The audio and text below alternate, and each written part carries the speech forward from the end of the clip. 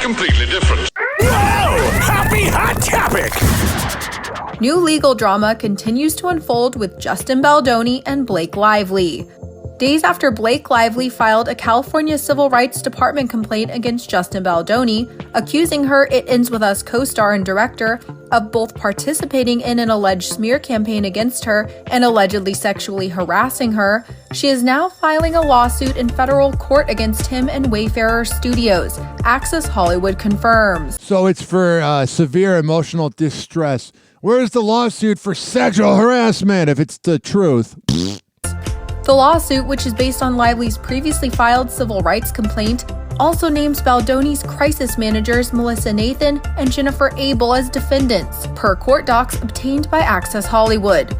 The lawsuit claims Lively has suffered from, quote, emotional distress and pain. I always feel like that's such a cop-out of a lawsuit. Like, I've suffered emotional distress. Humiliation, embarrassment, belittlement, frustration, and mental anguish. Access Hollywood has reached out to Baldoni's team and for comment and hasn't heard back. Wayfarer Studios for comment. Brian Friedman, a lawyer for Baldoni, Wayfarer Studios, and all its representatives, previously spoke out to NBC News about Lively's civil rights complaint, calling the allegations categorically false and intentionally salacious with an intent to publicly hurt and rehash a narrative in the media.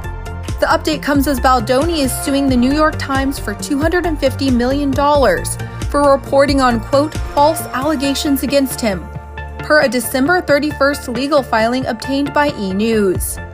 Lively's attorneys issued a statement to Access Hollywood regarding the New York Times lawsuit that reads, this is just going to be the most nauseating 2025 thing ever. In part, quote, nothing in this lawsuit changes anything about the claims advanced in Ms. Lively's California Civil Rights Department complaint, nor her federal complaint filed earlier today. This lawsuit is based on the obviously false premise that Ms. Lively's administrative complaint against Wayfarer and others was a ruse based on a choice not to file a lawsuit against Baldoni Wayfarer, and that litigation was never her ultimate goal.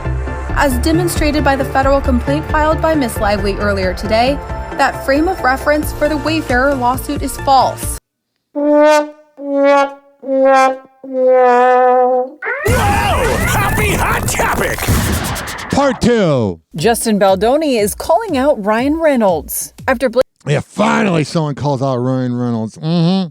After Blake Lively accused Justin, her director and co-star on It Ends With Us, of sexual harassment on set, he filed a $250 million lawsuit against the New York Times for reporting on the, quote, false allegations. In his December 31st legal filing, Justin also leveled accusations at Lively's husband, Ryan Reynolds, for being aggressive while defending the Gossip Girl actress. According to the lawsuit obtained by E! News, it reads, quote, Lively's husband, Ryan Reynolds, had aggressively berated Baldoni during a meeting at their penthouse in New York, accusing him of fat-shaming Lively, and that the couple's, quote, inappropriate and humiliating berating of him was delivered as other celebrity friends were coming in and out of their penthouse. Well, maybe don't be a douchebag then. Oh, I can't stand Ryan Reynolds. I can't stand Deadpool. For his part, the lawsuit claims Justin had asked about Lively's weight, saying it was, quote, prompted by Baldoni's reasonable inquiry into crucial information needed to ensure safety and avoid injury in a scene. It continues, quote, Baldoni, who suffers from back issues and has multiple bulging discs, made the inquiry to ensure he could safely perform the lift without injury. However, Blake saw the alleged interaction as Justin criticizing her weight after she gave birth to her and Ryan's fourth child, son Olin. That is Blake overthinking it and trying to be a victim. In early 2023, according to a lawsuit she filed against the director and actor in New York, December 31st. Her lawsuit reads, quote, a few weeks before filming began and less than 4 months after Ms. Lively had given birth to her fourth child. That's a lot of kids you're popping out. Ms. Lively was humiliated to learn that Mr. Baldoni secretly called her fitness trainer without her knowledge or permission and implied that he wanted her to lose weight in 2 weeks. Yeah, you're in the movie business. According to Blake's filing, quote, Mr. Baldoni told the trainer that he had asked because he was concerned about having to pick Ms. Lively up in a scene for the movie. But there was no such scene. Yeah, that's a little sketch there. As for Justin, They're both douchebags. Justin's lawsuit with the New York Times, the paper said it plans to vigorously defend against the lawsuit. The role of an independent news organization is to follow the facts where they lead, reads the New York Times statement. Our story was meticulously and responsibly reported. It was based on a review of thousands of pages of original documents, Yeah, I think they're both guilty. including the text messages and emails that we quote accurately and at length in the article. So there's that. Here's a clip from 4 months ago of Blake Lively being a bitch to a reporter, but she's such a nice person. Whoa! Happy Hot Topic!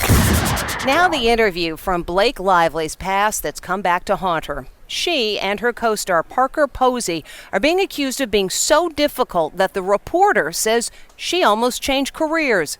Now, Yeah, sometimes you meet your heroes, and it's not too good. Liz Guerrero is speaking with that reporter who was at the receiving end of the actresses who are now being called mean girls. Talk about awkward. First of all, congrats on your little bump. Congrats on your little bump.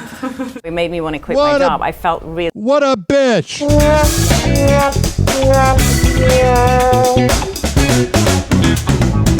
Who do you think you are, Blake? You're a bitch. Congrats on your little bump.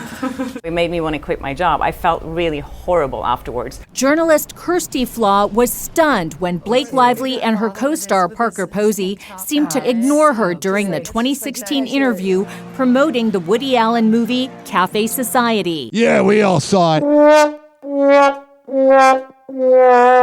Blake had recently announced she was expecting her second child with husband Ryan Reynolds. First of all, congrats on your little bump. Little did she suspect this retort. Congrats on your little bump.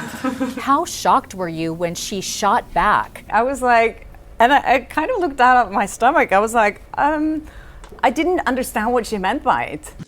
That's because they're not funny. They're actors. They need lines to be creative. They're all a bunch of crepes. How do I look? Cafe Society was set in glamorous 1930s Hollywood, so Kirsty asked about the period costumes. Did you guys love wearing those She's wearing a period costume while Blake's on her period. That's why she's being a bitch. kind of clothes? Yeah. Yeah. And, working in Everyone digital. wants to talk about the clothes, but I wonder if they would ask the men about the clothes. Shut the fuck up, Blake, you fucking imbecile. I would. What followed was this, the actresses chatting with each other as if nobody else was in the room. It's better off for the reporter. When Blake Lively dies, no one's going to go, what a great person she was. She'll be remembered for being a bitch. Father with his tank top in Oh, bed. it's so Just like good. it's It goes on for a full minute before Kirsty can ask another question. You can see how uncomfortable she looks. She looks very confused. I walked out of that room and I was just like, I wanted to throw up. I just felt so awful. Yeah, but Blake Lively's a victim. Not at all. Happy Hour. Happy Hour.